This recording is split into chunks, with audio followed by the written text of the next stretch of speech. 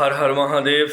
Guys मैं ना श्रीमद् भागवत पुराण start करा, मैं पढ़ रहा हूँ। उसमें मेरे को ना जब सती माता सती हुए थे ना, तो शिव जी भगवान और सती माता की जो कहानी, जब राजा दक्ष ने यज्ञ रचा था तो माता को नहीं बुलाया था, शिव को नहीं बुलाया था। शिव को इसलिए नहीं बुलाया था क्योंकि उसने कि यज्ञ रचा, उसमें सारे ने उठ के दक्ष का नमस्कार किया, पर मतलब कि वो करा जैसे हम वेलकम करते हैं। तो शिव जी भगवान बैठे रहे थे, शिव जी और ब्रह्मा वो तो बड़े थे, ब्रह्मा भगवान, शिव जी भगवान बैठे रहे, वो भी नहीं उठे। तो दक्ष को वो चीज़ गुस्सा आ गई कि ये क्यों नहीं उठा। एक तो शिव के मन में ये था कि मेरा वो तो दामाद था, दामाद के सामने तो मतलब कि वो उठ जाए अच्छा लगता, लेकिन वो मन नहीं, मेन था नहीं शिव जी के।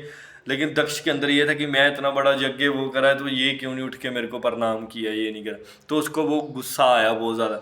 तो पार्वती माता जब शिव भगवान को पूछने लगी कि मतलब कि आपने ऐसे आपस में बात कर रहे होंगे, तो उसने बोला कि आप उठ जाते क्या हो जाता। तो शिव ने फिर पार्वती को दिखाया कि मैं क्या हूँ, शिव क्या है। शिव पूरी प्रकृति है, जो पेड़ पहाड़ हम लोग मतलब कि पानी जल नदियाँ जो भी है सब शिव है। शिव प्रकृति है, मतलब कि सब कुछ शिव। उसने कहा था ये सब चीज़ें कैसे झुक जाती उसके आगे। अगर मैं झुकता ये सारी चीज़ें उसके आगे झुक सकती हैं क्या? प्रकृति पूरी झुक जाती है उसके आगे। दक्ष प्रकृति से बड़ा तो नहीं है ना। तो फिर जब उसने उसको शिव भगवान को जब उसको गुस्सा था दक्ष को, तो दक्ष राजा ने वापस यज्ञ रचा, एक बहुत बड़ा यज्ञ। उसने सभी को बुलाया उसने, बट शिव भगवान को नहीं बुलाया। वो इसलिए नहीं बुलाया उसको कि अपमान करने के लिए।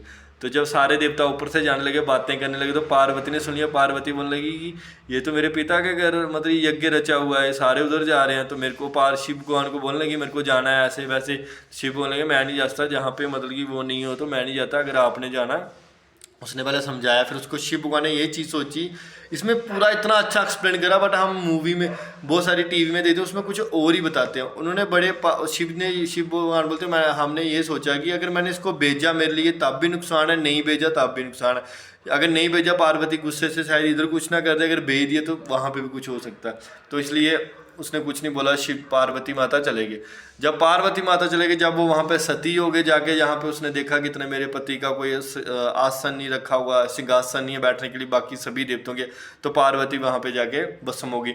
उसके बाद मुझे एक चीज़ इतनी अच्छी लगी कि शिव भगवान को सारे देवताओं ने जब बोला कि पार्वती ऐसे वो होगी है, तो जब उन्होंने वीरभद्र निकाला, उसने मतलब कि सारों को मार दिया, तो सारे देवता शिव भगवान के पास गए कि उनका यज्ञ जो वो बहुत बड़ा यज्ञ है वो अधूरा रह गया, तो उसको करना है। तो हमें पता है कि आपको बहुत ज़्यादा दुख है इस चीज़ का, तो लेकिन वो डरते डरते सारे देवते जा रहे, हमें पता है कि बहुत ज़्यादा दुख है इस चीज़ का कि हम क्या करें, मतलब ये प्रभु आप तो मतलब इतने बड़े हो, इस चीज़ को करो कुछ भी, मतलब ये छो।